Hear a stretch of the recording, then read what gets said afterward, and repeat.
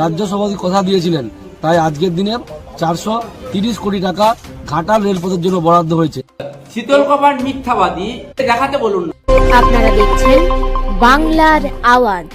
না রেলমন্ত্রী, দেশের প্রধানমন্ত্রী ঘাটাল রেলপথের জন্য রাজ্য সরকারকে জানিয়ে দিয়েছিল অলরেডি, কিন্তু রাজ্য সরকার জমি দিচ্ছিল না, যার জন্য রেলের কাজ শুরু করা সম্ভব হয়নি। আমি বলছি এতদিন তো ছিলেন ক্ষমতায়, কেন্দ্র সরকার থেকে টাকা এনে ঘাটালের মানুষকে উপহার দিতে পারতেন। তিনি রেলপথ যদি করারই তো ওনার সদিচ্ছা ছিল, নির্বাচন ঘোষণা হওয়ার পরে, নির্বাচনের আগে তিনি রেলপথটা করে দিতে পারতেন। এখানে তো দীর্ঘদিন থেকে রেলপথের আন্দোলন চলছে। 2023 সালে আমার প্যাডে লিখে আমাদের রেলমন্ত্রীকে জানিয়েছিলাম ঘাটাল রেলপথের জন্য। শেষ মুহূর্তে আমাদের রাজ্য সভাপতি তিনি জোরের সঙ্গে বলেছিলেন পরিবর্তন সভায় এসে যে 1 বছরের মধ্যে ঘাটাল রেলপথ ছুটবে। মুখ্যমন্ত্রী মমতা বন্দ্যোপাধ্যায় যখন রেলমন্ত্রী ছিলেন 2009 ক্যাবিনেট মন্ত্রী ছিলেন, তিনি তো পাঁশকুড়া থেকে ঘাটাল হয়ে ইটপালা, চন্দ্রকোনা রোড আর আরামবাগ এই রাস্তা স্যাংশন করে গেছে।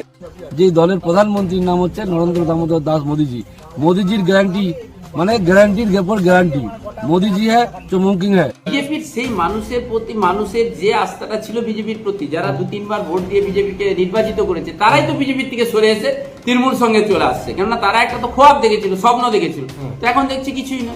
দীর্ঘদিনের দাবি ছিল, তাই ঘাটালবাসীকে আমরা বলতে চাই যে আপনাদের আশা পূরণ করতে পারে একমাত্র দল, যে দলটার নাম হচ্ছে ভারতীয় জনতা পার্টি। ওনাকে দেখাতে বলুন না যে উনি মানে মিথ্যা কথা বললেও আমি কম বলছি, উনি নাটক করছেন, উনি নাট্যকার প্রাক্তন হয়ে গেছেন। এই প্রাক্তন যে ট্যাগলাইন এক্স এমএলএ, এটাই সারা জীবন ওনাকে বয়ে নিয়ে বেরোতে হবে। আর কোনোদিন ঘাটালের মানুষ শীতল কপাটের কথা বিশ্বাস করবে না, কেন উনি মিথ্যাবাদী। নকিবুল ইসলামের রিপোর্ট, আপনারা দেখছেন বাংলার আওয়াজ।